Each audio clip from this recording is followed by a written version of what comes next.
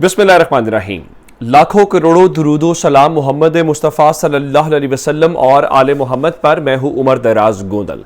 देखिए, मुकाबला तब होता है जब दो या दो से ज़ायद फरीक मैदान के अंदर हूँ और तमाम को बराबरी की बुनियाद के ऊपर मौका फराहम किया जाए और उसके बाद फिर शफाफ तरीके से और उसके बाद फैसला होता है कि कौन जीता और कौन हारा। ये नहीं हो सकता कि एक फरीक के हाथ पांव बांध दिए जाए और दूसरे को ज़रा टाइम भी पहले शुरू करा दिया जाए और कहा जाए देखें वो मुकाबला जीत रहा है। अब इस वक्त सूरत हाल ये है कि हर वो फरीक जो तहरीक इंसाफ मुखालिफ है या तहरीक इंसाफ को नुकसान पहुंचा सकता है उसको तो खुली छूट दी गई है, लेकिन उसके मुकाबले में पाकिस्तान तहरीक इंसाफ या उनका कोई हामी है तो उसके हाथ पांव बांधे गए हैं। अब ज़रा सूरत हाल ये है, पिछले चंद दिनों से इस्तेहकाम पाकिस्तान पार्टी हमें हर तरफ दिखाई दे रही है। टीवी के ऊपर उनको बिठाया गया है, लाइव कवरेज मिल रही है। लग ये रहा है कि देखें जो क्या सूरत हाल है कि यही अब जो है आइंदा राज करते हुए नजर आए। लेकिन आज पहला मौका मिला पाकिस्तान तहरीक इंसाफ को और पाकिस्तान तहरीक इंसाफ ने जहांगीर खान तरीन एंड कंपनी, अलीम खान जो वगैरह सब है, उन सब का कर्ज आज चुका दिया है। वो कर्ज कैसे चुकाया, हिसाब कैसे बराबर किया, मैं आपको बताता हूं। एक तो शाह महमूद कुरैशी साहब जो हैं आज वो अदालत के अंदर पेश हुए और आप जानते हैं कि उनके मुख्तलिफ मुकदमात हैं जहां पे इंसदाद दहशतगर्दी अदालत में आए और वहां पे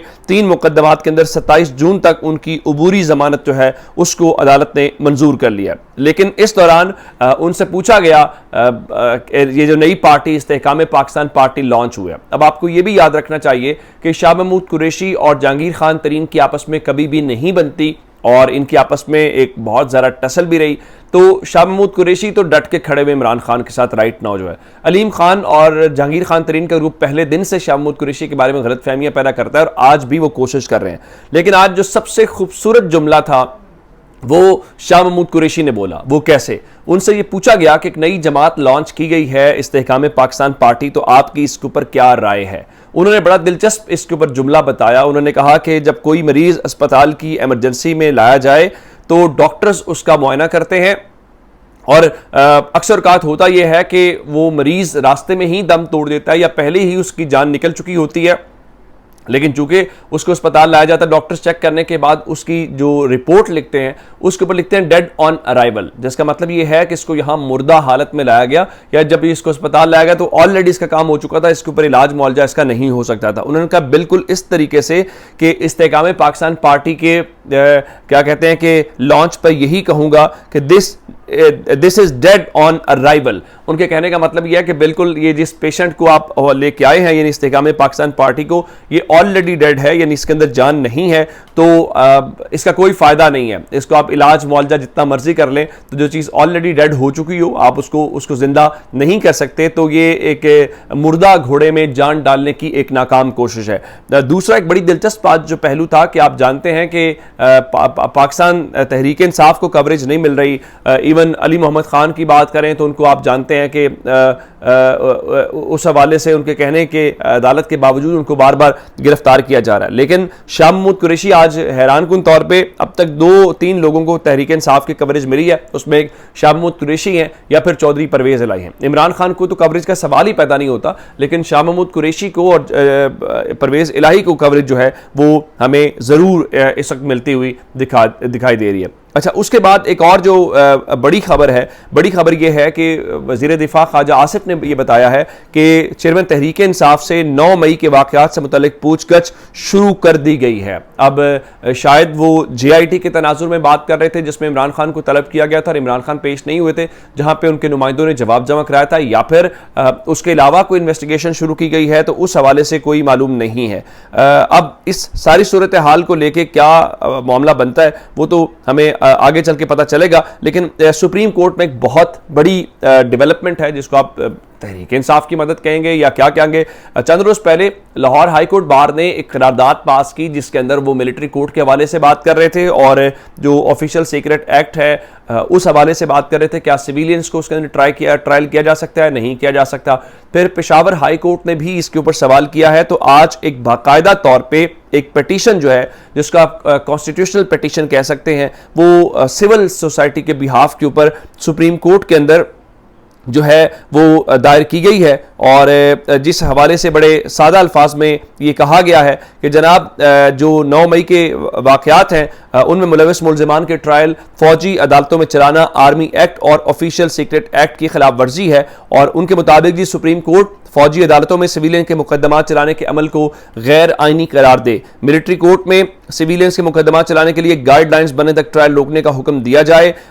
जब तक मिलिट्री कोर्ट्स में फेयर ट्रायल और किसी आज़ाद अदालत में अपील का हक देने के लिए कानून साजी नहीं हो जाती, मिलिट्री कोर्ट्स में कार्रवाई रोकने का हुक्म दिया जाए। और साथ ही ये कहा गया है कि फेयर ट्रायल के उसूल के तहत मिलिट्री कोर्ट्स में चलाए जाने वाले मुकदमा फौजदारी अदालतों में भेजने का हुक्म दिया जाए। और इस हवाले से जो तमाम फरीकैन हैं उनको भी, जिसमें ज़ाहिर है कि वफाकी हुकूमत वगैरह, उनको फरीक बनाया गया। तो अब देखना यह है कि इसके ऊपर सुप्रीम कोर्ट क्या फैसला करती है, क्योंकि ये सुप्रीम कोर्ट का बड़ा अहम ये रियल टेस्ट केस है। पाकिस्तान तहरीक इंसाफ के चेयरमैन इमरान खान ने भी इसको चैलेंज किया था, लेकिन उनमें उनसे पूछा गया था कि आप ये बताइए कि आपके हुकूक यहाँ पे मुतासर कहाँ पे हुए हैं जिसकी बुनियाद के ऊपर आप इस चीज़ को चैलेंज करें। तो वो दरख्वास्त एतराज़ लगा के वापस कर दी गई थी। अब ये जो सिविल सोसाइटी की दरख्वास्त है, अब इस हवाले से क्या बनता है, ये एक दिलचस्प सूरत हाल होगी। अब दूसरी जानिब मैं आपको जो बताना चाहता हूँ वो नून लीग की चीखें हैं। नून लीग को समझ आ गई है कि वो गेम से आउट हो गए हैं। ख्वाजा आसिफ कह रहे थे जी इलेक्शन टाइम के ऊपर होने चाहिए, राना सनाउल्लाह ये कहते हुए नजर आया जी इलेक्शन टाइम पे ना हुए तो ये हो जाए। अब इनको ये अंदाजा हो रहा है कि इनको नाइंदा हुकूमत मिल रही है और इलेक्शंस भी अब और लेट, क्योंकि बुनियाद आपने रख दी है। तो अगर पंजाब और खैबर पख्तूनख्वा की आप रख रहे हैं तो इसका मतलब यह है कि आगे चल के भी सूरत हाल खराब होगी। अब खुरम दस्तगीर कह रहे हैं जी अब हमारे पास सिक्योरिटी भी आ गई है, अब हमारे पास पैसे भी आ गए हैं और हम इलेक्शन मोड में जा चुके हैं। गुजरांवाला के अंदर बात करते हुए उन्होंने कहा जी हमारी जो मनसूबाबंदी है वो ये है कि आम इंतखाबात 10 नवंबर को कराने की प्लानिंग है, क्योंकि आप अगर जानते हैं कि अगर असेंबली ने अपना टेन्योर पूरा किया तो अक्टूबर के अंदर इलेक्शंस होंगे, लेकिन अगर वजीर आजम अपने टाइम से एक दिन पहले भी असेंबली डिसॉल्व कर दें तो फिर 60 की बजाय 90 रोज़ में। तो मैंने आपको ये बहुत पहले बता दिया था कि एक हफ्ता पहले का इनका प्लान है कि एक हफ्ता पहले असेंबली डिसॉल्व कर दी जाए तो एक महीना और मिल जाएगा, तो इलेक्शंस अक्टूबर की बजाय नवंबर में हो जाएंगे। लेकिन अब इसमें इंपॉर्टेंट बात यह है कि नवाज शरीफ का वापस आना, क्योंकि हुकूमत का या उनके जो हल्के करीबी हैं वो ये बता रहे हैं कि सितंबर तक तो नवाज शरीफ की वापसी मुश्किल है। उसकी वजह यह है कि 15 सितंबर के दरमियान बहुत कुछ चेंज होना है। एक तो सदर पाकिस्तान का टेन्योर पूरा हो जाना है, दूसरे नंबर के ऊपर आगे चल के आप जानते हैं कि चीफ जस्टिस ने भी रिटायर होना है, तो उनकी उम्मीदें हैं काजी फायज ईसा साहब से। और ये मैं नहीं कह रहा, ये जावेद लतीफ़ ने खुद टीवी के ऊपर कहा कि आने वाले जो चीफ जस्टिस हैं वो हमें इंसाफ फराहम करना चाहते हैं। दूसरी जानिब आज जो शहबाज शरीफ हैं वो कह रहे थे जी चेयरमैन पीटीआई के पैदा करदा सियासी अदम इस्तेकाम ने मईशत को नुकसान पहुंचाया है और मिसाक़े मईशत अवामी खुशहाली के लिए आगे बढ़ने का वाहिद रास्ता। जी इमरान खान ने ही आपको कहा था कि एक चलती फिरती हुकूमत के खिलाफ तहरीक अदम एतमाद लाएं, उस हुकूमत को गिराएं, हुकूमत गिर जाए तो वो अदम इस्तेकाम जो है वो इमरान खान के ऊपर डाल दें। बिल्कुल ठीक बात है। दूसरी जानिब एक तरफ ये कहते हैं कि जनाब इस वक्त हम जियो पॉलिटिक्स का शिकार है, तो इमरान खान की लॉबिंग की वजह से IMF दीगर ममालिक या दीगर जहां से पैसे में आने वो आ नहीं रहे। अब दूसरी जानिब हैरानकुन तौर पे कभी कहते हैं कि अमेरिका इमरान खान के साथ है, कभी कुछ कहते हैं। अब खुरम दस्तगीर साहब का ये कहना है कि इमरान खान के अमेरिका मुखालिफ बयानात की वजह से IMF से मुआहिदा नहीं हो रहा। अब सिर्फ सवाल ये है कि एक जानिब आप ये तासुर देने की कोशिश करते हैं कि इमरान खान की वजह से या इमरान खान को बचाने के लिए जो आलमी ताकतें हैं वो मुआहिदा नहीं कर रही, या तो वो बात सच है। अगर वो बात झूठ है तो ये कहना कि जी इमरान खान के अमेरिका मुखालिफ बयानात की वजह से हमें पैसे नहीं मिल रहे, तो ये बात भी फिर हमें देखनी पड़ेगी कि आखिर मिफ्ता इस्माइल ने कैसे एक IMF का प्रोग्राम रिवाइव कर लिया और उनको पैसे मिल गए। इमरान खान के बयानात तो उस वक्त पीक के ऊपर थे। तो इसका मतलब यह है कि आपकी इनकॉम्पिटेंसी जो है उसको आप किसी भी तरीके से इमरान खान के ऊपर डालना चाहते हैं तो वो आपकी मर्जी है, बाकी लोग तो बहुत समझदार हैं। अपना बहुत सारा ख्याल रखिएगा। खुदा हाफिज।